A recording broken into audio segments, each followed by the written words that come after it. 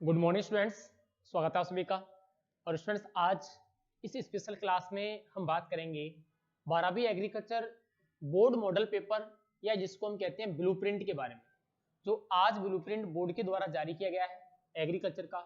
उस ब्लूप्रिंट को हम आज सॉल्व करेंगे। चलिए स्टूडेंट्स वीडियो को शुरू करते हैं और बिल्कुल हम पहले प्रश्न से शुरुआत करेंगे और लास्ट प्रश्न तक पूरे वीडियो में सारे ही क्वेश्चन जो हमारे ब्लूप्रिंट में दे रखे हैं सभी को हम सॉल्व करेंगे।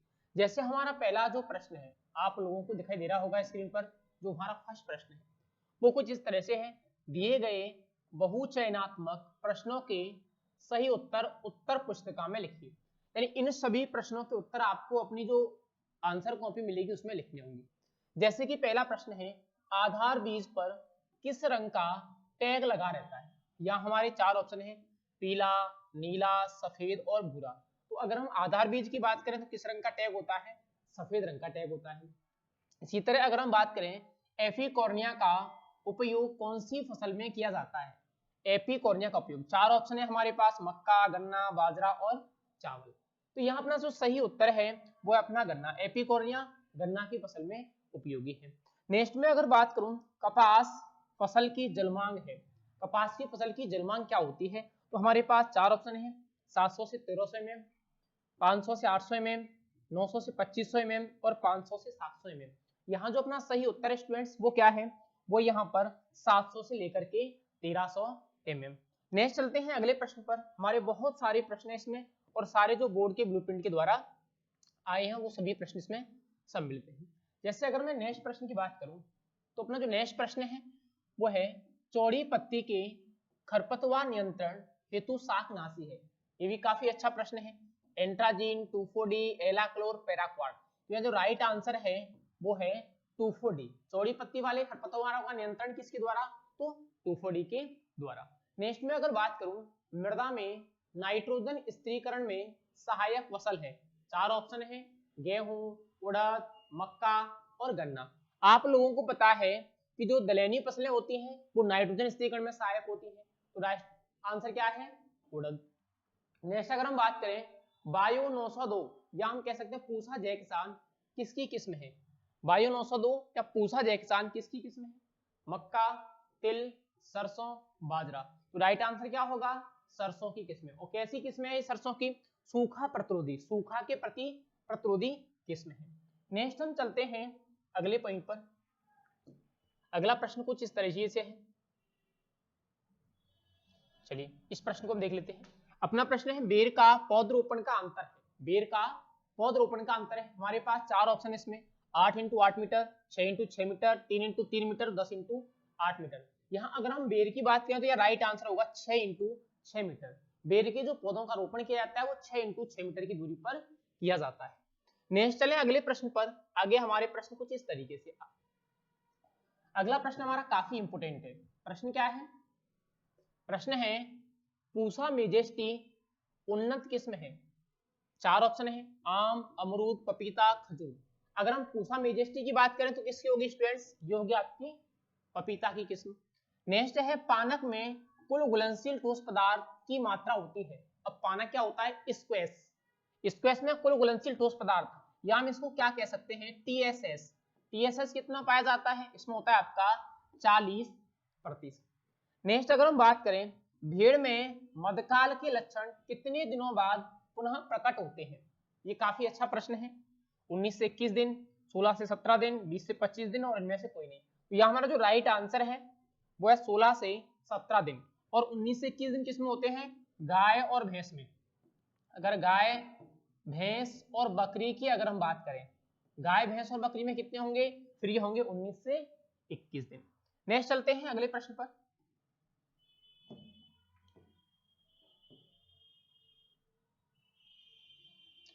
अगला प्रश्न अपना है, सर्वप्रथम मनुष्य द्वारा पशुओं को पालने का उद्देश्य था। अब यारे चार ऑप्शन है, सवारी करना, वस्त्र प्राप्ति, भोजन प्राप्ति, बोझा ढोना। यह अपना राइट आंसर क्या था, यह राइट आंसर था भोजन प्राप्ति। सबसे पहले मनुष्य पशुओं को क्यों पालते थे, तो भोजन के लिए पालते थे। नेक्स्ट है मिनिएचर गाय कहलाती है, चार ऑप्शन है, राठी, कंगाइन, बेचूर, खिल्लारी। राइट आंसर क्या होगा, बेचूर, जो कि हमने कई बार पढ़ा भी है। नेक्स्ट अगर हम और भी आगे चलें, अगला प्रश्न है गलघोंटू रोग किसके द्वारा फैलता है? गलघोंटू रोग किसके द्वारा फैलता है? विषाणु, जीवाणु, प्रोटोजोआ, कोई नहीं। अब गलघोंटू रोग है किसके द्वारा फैलेगा? पास्चुरेला बोविसेप्टिका, और पास्चुरेला बोविसेप्टिका क्या है? जीवाणु है, यानी हम कह सकते हैं कि ये जीवाणु के द्वारा फैलता है। आगे चलते हैं अगले पॉइंट पर। अगला पॉइंट कुछ इस तरह से है, जैसे अगर हम बात करें जहरबाद बीमारी का रोगजनक है। जहरबाद, अगर हम जहरबाद की बात करें तो क्षणित वायरस, बैसिलस एंथ्रेसिस, क्लोस्ट्रिडियम सोबियाई, पास्चुरेला बोविसेप्टिका। या राइट आंसर क्या है? क्लोस्ट्रिडियम सोबियाई, क्योंकि जहरबाद हम किसको कहते हैं? लंगड़ी बुखार को। लंगड़ा बुखार होता है, चुरचुरिया होता है, उसको जहरबाद कहते हैं। उसका कारण क्या है? क्लोस्ट्रिडियम सोबियाई है। अब हम थोड़ा सा नेक्स्ट आगे अगले पॉइंट पर चलते हैं। अगला पॉइंट हमारा कुछ इस तरह से, ये भी इंपॉर्टेंट है। पॉइंट क्या है? दुग्ध ज्वर रोग किसकी कमी के कारण फैलता है? काफी अच्छा है, हमारे पास 4 ऑप्शन है, कैल्शियम, पोटास, आयरन, जस्ता। बहुत बार मैंने ये बताया आपको, कैल्शियम की कमी के कारण फैलता है। नेक्स्ट अगर हम बात करें राजस्थान कोऑपरेटिव डेयरी फेडरेशन की स्थापना कब की गई? काफी अच्छा प्रश्न है। Rajasthan cooperative dairy federation, 4 option 1947, 1977, 1932 और 1995। लेकिन राइट आंसर क्या है स्टूडेंट्स? राइट आंसर है 1977। ये हमारे फर्स्ट नंबर में जो हमारे प्रश्न थे 16 वो हमारे हो गए कंप्लीट। अब हम दूसरे प्रश्न पर चलते हैं, जहां प्रश्न हमारे कुछ दूसरे तरह से हैं। जैसे हमारा दूसरा जो पॉइंट है वो आप लोगों को दिखाई दे रहा होगा। अगर हम इसकी बात करें, इस पॉइंट की, यहाँ क्या है? निम्नलिखित प्रश्नों में रिक्त स्थानों की पूर्ति कीजिए।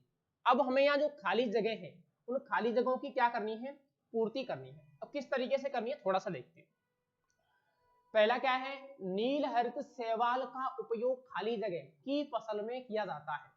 तो नील हरित शैवालों का उपयोग कौन सी फसल में करते हैं? धान की फसल में करते हैं। यहाँ तो राइट आंसर क्या आ जाएगा? धान आ जाएगा। उसके बाद अगला है राजस्थान को खाली जगह कृषि जलवायु खंडों में बांटा गया है। राजस्थान को कितने कृषि जलवायु खंडों में बांटा गया है? तो यहाँ आएगा 10 कृषि जलवायु खंडों में राजस्थान को बांटा गया है। उसके बाद अगर हम बात करें नेक्स्ट कौन सा है? अरेकिस हाइपोजिया एल खाली जगह के फसल का वानस्पतिक नाम है। तो कौन सी फसल का वानस्पतिक नाम है अरेकिस हाइपोजिया? ये है मूंगफली। या राइट आंसर क्या होगा? राइट आंसर हो गया मूंगफली। उसके बाद नेक्स्ट है खाली जगह विधि में वर्गाकार विधि की अपेक्षा 15% अधिक पौधे लगते हैं।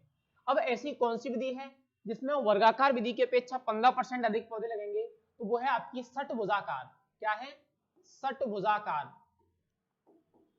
षटभुजाकार विधि।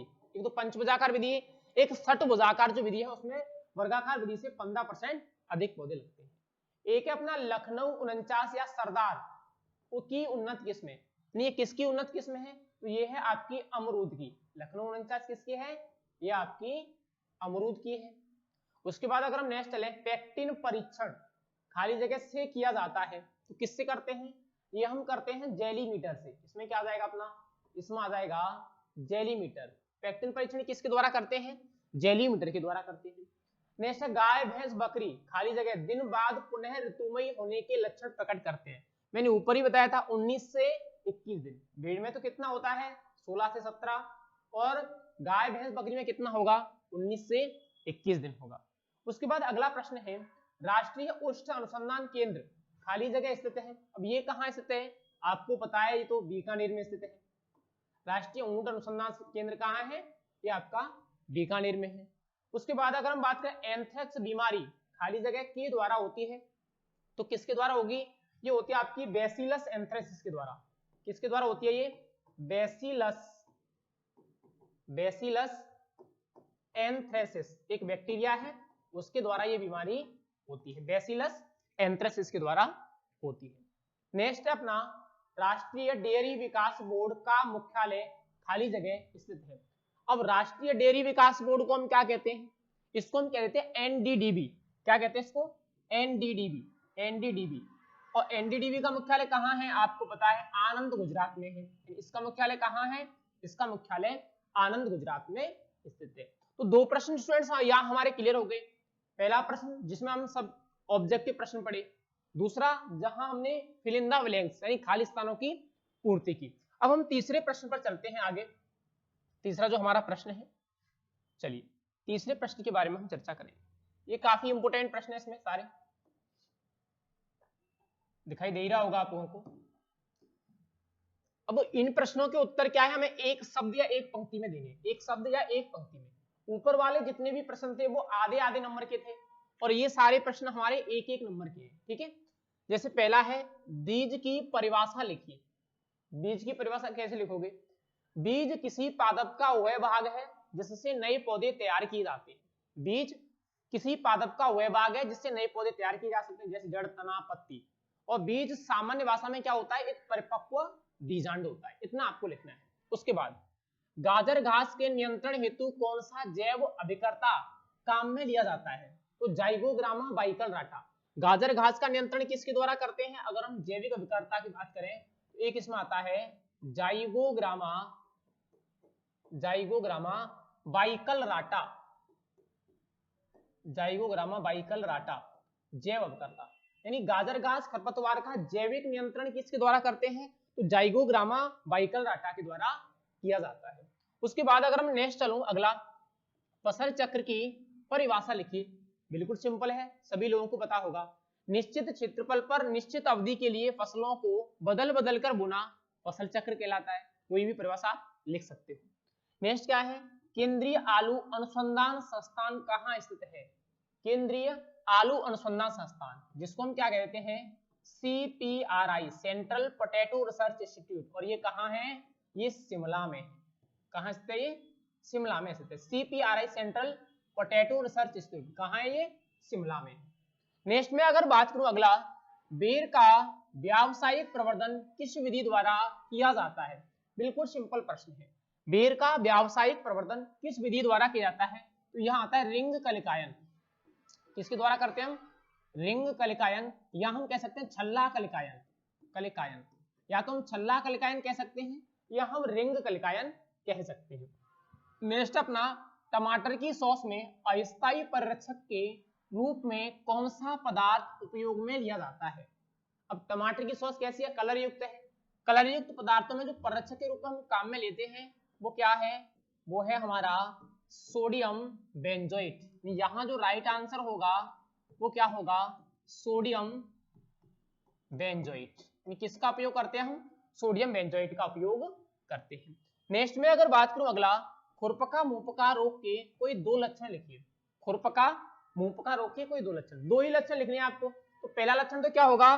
पशु के खुर और मुंह में क्या पड़ जाते हैं? छाले पड़ जाते हैं। पशु के खुर और मुंह में छाले पड़ जाते हैं। और दूसरा, पशु लंगड़ाकर चलता है। ये क्या हो गया? इसके दो लक्षण हो गए। आगे, ऑपरेशन फ्लड का प्रथम चरण कब शुरू हुआ? ऑपरेशन फ्लड का प्रथम चरण कब शुरू हुआ? तो वर्ष 1970 में। ऑपरेशन फ्लड का प्रथम चरण वर्ष 1970 में शुरू हुआ। नेक्स्ट अगर हम बात करें, अगला मृदा उर्वरकता। अब ये हमारे 3 नंबर के तो पूरे हो गए सारे। 3 नंबर में इतने प्रश्न थे, ये सारे एक एक नंबर के थे। जितने भी ये प्रश्न हमने यहाँ पढ़े ये कितने नंबर के थे? एक एक नंबर के थे। अब हमारा दूसरा पार्ट आ गया। दूसरे पार्ट की अगर हम बात करें, और इस दूसरे पार्ट में हमारे जितने भी प्रश्न आएंगे वो 1.5 नंबर के होंगे, यानी 1.5 नंबर का हर प्रश्न होगा यहाँ। अब हर प्रश्न 1.5 नंबर का है, ठीक है। जैसे पहला प्रश्न अगर हम बात करें, मृदा उर्वरकता एवं उत्पादकता में कोई 3 अंतर लिखिए। उर्वरकता और उत्पादकता में अंतर। मैंने जो महत्वपूर्ण प्रश्न कराए हैं उनमें कई बार ये अंतर आपको कराया है। सबसे पहले उर्वरकता तो क्या है? पोषक तत्व प्रदान करने की क्षमता है। उत्पादकता क्या है? प्रति हेक्टेयर उत्पादन क्षमता है। इसको प्रयोगशाला में जांचा जा सकता है, इसकी प्रयोगशाला में जांच नहीं की जा सकती। बाजार से दूरी इसको प्रभावित नहीं करती, बाजार से दूरी इसको प्रभावित करती है। 3 मुख्य क्या हो गए? लक्षण हो गए। अगला प्रश्न क्या है? सिंचाई के लिए निम्न फसलों की क्रांतिक अवस्थाएं लिखिए। काफी अच्छा प्रश्न है। सिंचाई के लिए निम्न फसलों की क्रांतिक अवस्थाएं लिखिए। एक किसकी क्रांतिक अवस्था बतानी है? गेहूं की। अब गेहूं की क्रांतिक अवस्था कौन कौन सी होती है? सबसे पहले तो एक आता है आपका CRI, यानी ताजमूल अवस्था या ताजा जड़ निकलते समय। दूसरा हम क्या कहते हैं? कल्ले फूटते समय। कल्ले फूटते समय, कल्ले फूटते समय हो गया दूसरा। तीसरा अगर हम बात करें तो कल्ले फूटते समय हो गया। तीसरा हो गया वृद्धिरत अवस्था, ग्रोथ स्टेज, जब वृद्धि ज्यादा होती है, वृद्धि अवस्था।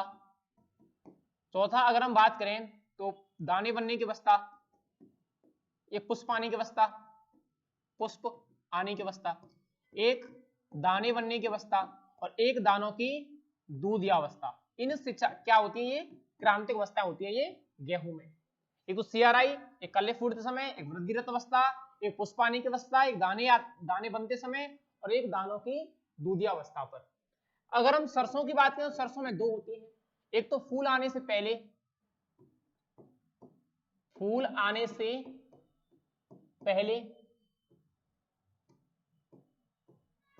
फूल आने से पहले और एक फूल आने के बाद। फूल आने के बाद या हम क्या कह सकते हैं, या हम कह सकते हैं दाना बनने से पूर्व। ठीक है। मक्का में दो होती हैं, एक नरमंजरी निकलते समय, नरमंजरी निकलते समय और दूसरा मादा मंजरी निकलते समय। ये क्या हो गई, क्रांतिक अवस्था हो गई। नेक्स्ट अगर मैं बात करूं, अगला प्रश्न क्या है, अगला है विटामिन सी की कमी से होने वाले रोग एवं मुख्य फल स्रोत के नाम लिखिए। अब विटामिन सी की कमी से कौन सा रोग होता है, तो हमें पता है सी से कौन सा होगा, स्कर्वी, स्कर्वी। या हम कह सकते हैं हमारे जो दांतों के मसूड़े होते हैं उनसे खून निकलना, वो क्या है, स्कर्वी है।